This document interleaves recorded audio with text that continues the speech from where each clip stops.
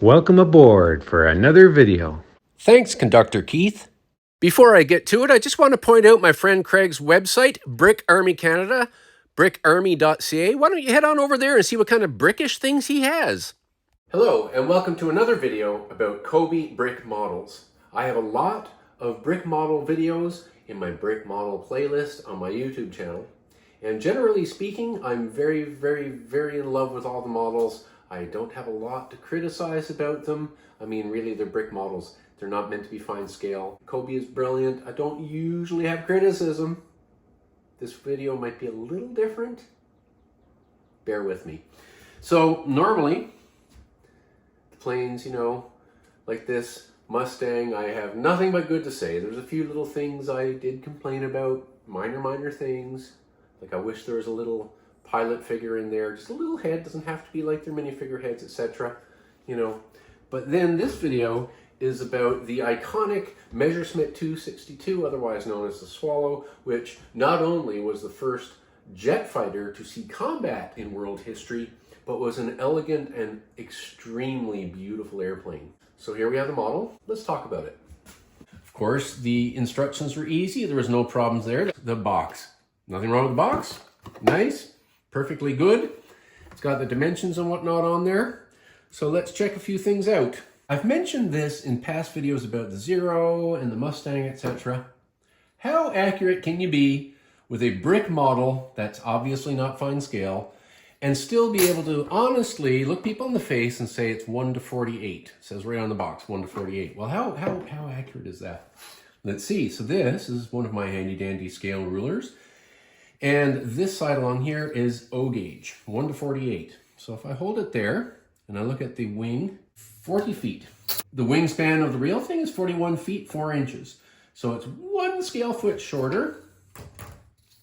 The length of the aircraft, 34 feet, 9 inches in real life. And here we have just a touch over 35 feet. For a brick model, I think it's pretty good. So for this Swallow, that gives me one big thumbs up. A few other things I really like about it. Well, it's got the swept wing look. I like that I can compare it to the piston aircraft of the same era. Just what a revolution this is when you think about it. Here's a Typhoon. Imagine a Typhoon escorting bombers over Germany, and this thing shows up. I mean, it'd be like something out of Star Wars, right? I mean, it's so utterly different than anything they'd seen in the skies before. So quite the revolution. 2 Jumo jet engines, swept wing, just really nice. Pad printing, of course, obviously, as I've mentioned 100 times, the pad printing is a big thumbs up for me. I really like the fact that the canopy on this Zero was painted, and more canopies are being painted. I did criticize that for not having painting on it. I did criticize that for not having some painting on it. This canopy has painting on it. It's really nice. I really like that. Great canopy. So we've got the engine nacelles. We've got, of course, the landing gear. There's no room for folding gear here, so they just pop in and out if you want to hang it by fishing line like I do, or if you want to just put it in a scene. So as a COBI model goes, it went together well. The brick quality is really good. Very little to complain about. It's got a nice canopy, iconic aircraft. But I can't get around the fact that the airplane, the real one, was really an art piece in elegance. The aerodynamic shape of the fuselage, it was just a beautiful airplane. And when you look at the Zero, it captures the Zero-ness, if that's a thing, of the Zero, the Typhoon with the shape of the wings, and also, the iconic scoop for the radiator. And the Mustang with its canopy shape, the iconic shape of the rudder, the slope here, the nose. It's just the scoop, the radiator scoop, the air scoop on the bottom of the aircraft here. Of course, it's a brick model. It's not fine scale, as I keep saying, but it really captures the beauty of the Mustang. Now, I'm going to put up a prototype photograph of the Me262. Elegant, isn't it? Beautiful, wonderful airplane. Look at all this. Look at it. I can't describe how inelegant that is. When you think about it, let's reach in and grab the Douglas here. COBI, often with these iconic types of airplanes, will come out with special pieces that sort of lend to the model and lend to the shape. While the whole thing is brick, look at that. This piece here. This is what makes this model right there, right? Look at it. Beautiful, wonderful. Even two pieces, one on each side. That's just two pieces here. It's okay for the Zero to be a little boxy.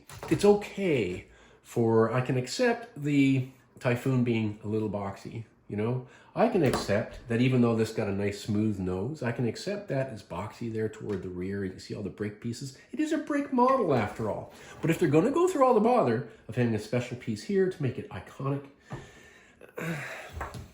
you know, it's not beautiful or elegant like the real thing. Now, having said that, do I like this model? Yes, I do. Of course I do. It's a great addition to a collection because, you know, you can line up the various airplanes of the period with it and you can see what it would be like. Now, imagine the terror of flying in something like this and having this thing swoop up behind you super fast and nothing had ever been seen like it before. My gosh, it would terrify you.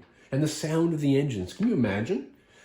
But more than that, it's a beautiful airplane. The real one's beautiful. So this model captures the shape, the size, the swept wings. It goes together really well. I love the canopy, all that. You know, it's even got the pieces here with the print on it where the muzzle of the machine guns would be. All very nice. But you know, you got this crazy big gap right here, this indent. I do like it because it's still part of my amazing collection. I think you should have it. If you are collecting these airplanes, don't not get it. I think the main purpose of this video really for me is I've seen COBI reissue models before of airplanes and tanks and other things, and they make little improvements, right? So COBI, if you're listening, on the next iteration of the 148, upgrade it, different paint scheme maybe, but maybe one piece down here and one piece here, or one cone here, something to, you know, this is the iconic look of it right there. Still and for all, I would think these are collectible. And if I were you and you like COBI and you're considering these, definitely get it. So there you go. Perhaps a bit of a surprise to the people who have watched my videos and see that I say lots and lots of nice things about COBI. It's going to be cool. I'll hang it up or I'll put it in a scene, you know, chasing, maybe it's even chasing this, hanging up with something like this coming in, trying to, you know, catch up and not being able to. That'll be cool.